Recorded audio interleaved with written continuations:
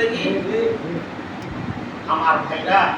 এই জন্য আমি বলি শত্রু আছে, আমাদের ছিল, আছে এবং থাকবে। তাদের মোকাবেলা করে চলতে হবে আমাদেরকে। এটাই হলো ইমানদারের দায়িত্ব। যারা ঈমান গ্রহণ করেছে তাদের কতগুলো দায়িত্ব জানেন? সাপ যখন একটা মানুষ ঈমান গ্রহণ করে তার উপরে 116টা আইন জারি হয়ে যায়। কয়টা বললাম? কেমন করি? একটা ছোট্ট কথা হচ্ছে নগদ বুঝি বলেন তো। এখানে যারা আমরা বিয়ে করেছি আর অনেকে বিয়ে করিনি, নাকি তো? আমি তো বিয়ে করেছি 99 সালে, বিয়ে করলাম। তা বিয়ে করতে গেলে এতদিন তো আর বুঝি নাই বিয়ে কি। বিয়ে করার সময় নাকে তো রুমাল দ্বারা নাকে দেখায় না, আমি তো রুমাল দেই। আমি বিয়ে করছি, বিয়ে করেছিল আলহামদুলিল্লাহ। তো যাই হোক, মনে মনে করে হারে বিয়ে করলাম, নাকত রুমাল দিলাম না, এটা কেমন কাজ করলো। এলাকাতে আমি বিয়ে পড়াই না, তো মনে করে হুজুর হচ্ছি, এই যে ঢাকা হুজুরটা বিয়ে পড়াই না, এই ছেলেরা নাকত রুমাল না। আমি আচ্ছা কি হলো না, চিন্তা করি, দেখলাম এর কারণ আমি খুঁজে পাইলাম একটা। আমি একটু গবেষণা করি, দেখলাম কারণ কি ছেলেরা নাকি রুবেল দেয়। রুবেল দেওয়ার কারণ হলো এর পিছনে ওরে আল্লাহ খোঁজ নিয়ে দেখি একটা পালসার গাড়ি, বুঝছেন? আপনার ঘরের আসবাবপত্র, খাতা ছিঁড়ে, খাতা বলে খাতা বলে যা আছে সবগুলো শ্বশুরের গলা পাড়া দিয়ে নিছে নিয়ে এখন মোহর পাচ্ছি কত 5 লক্ষ টাকা মোহর। কিন্তু আমি বিয়ে পড়াই দিলে কত ফুল মোহর মাত্র 2,500 টাকা, আর সবগুলো আল্লাহ রাস্তে বাকি। আচ্ছা কোন এই বেটা কি শরম লাগবে না? কততে লজ্জার একটা ব্যাপার আছে না? আর আমরা আল্লাহ দিলে তো বড় একটা সাদা পাঞ্জাবি পরে বিয়ে করবে গেছি। বিয়ে আস্তে আস্তে ইমামতি করছি, আল্লাহর ফজলে যা নামাজ আমরাই পড়াছি, আমরা এবার কিরাত পাঠ করছি, বিয়ে পড়ে দিছে। বিয়ে নিয়ে বলছি এখানে কারো থাকা যাবে না, এই যে বোরকা পড়া বাইর করে দেয়, কারো দরকার কি বলে মিয়া?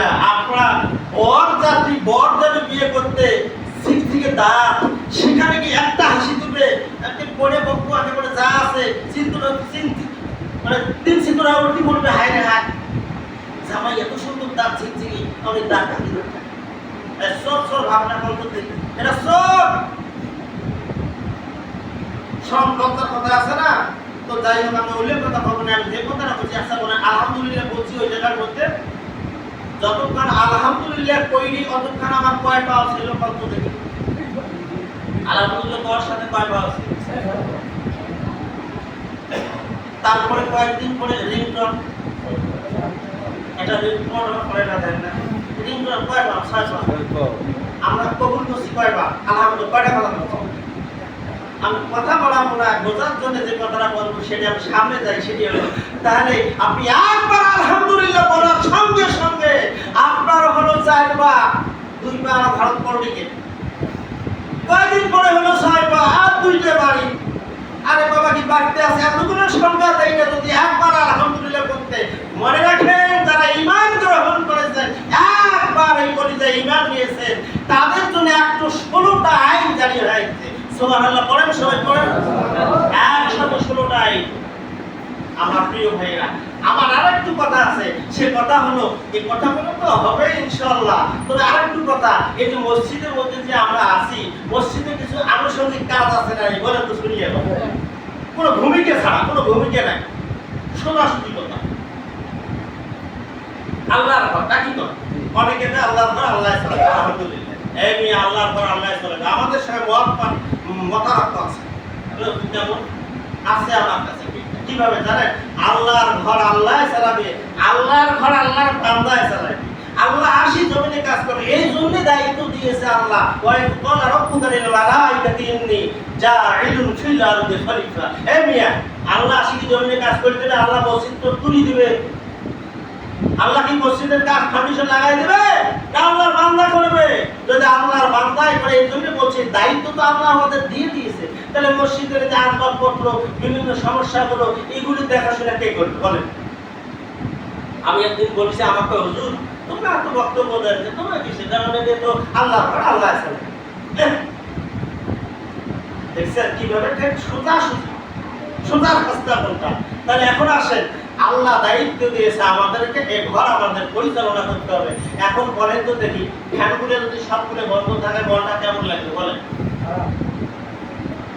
লাগবে। তো এই যে আমাদের যে ফ্যান নষ্ট, মেরামত করতে লাগে একটা ফ্যান 1500 টাকা।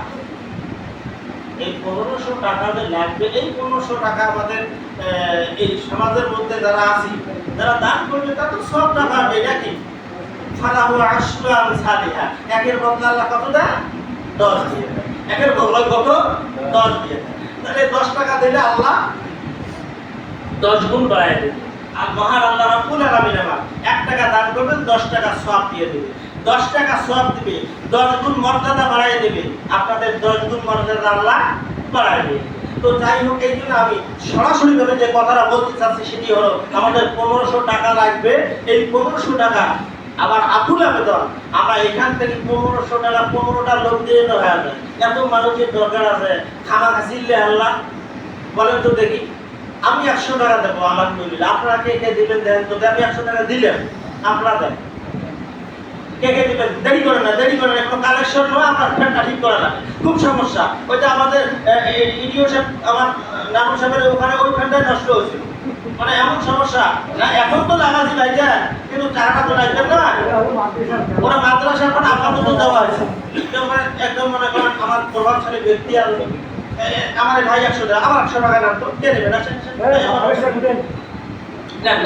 এই ভাই 100 টাকা দেবে, ওই 100 টাকা দেবে, 300 বেশি হলে কিন্তু দিবেন ভাই, তাড়াতাড়ি দেন। 1500 লোক দিলে আমরা দিবেন, কারণ আপনারা 1500 টাকা নেন তাড়াতাড়ি।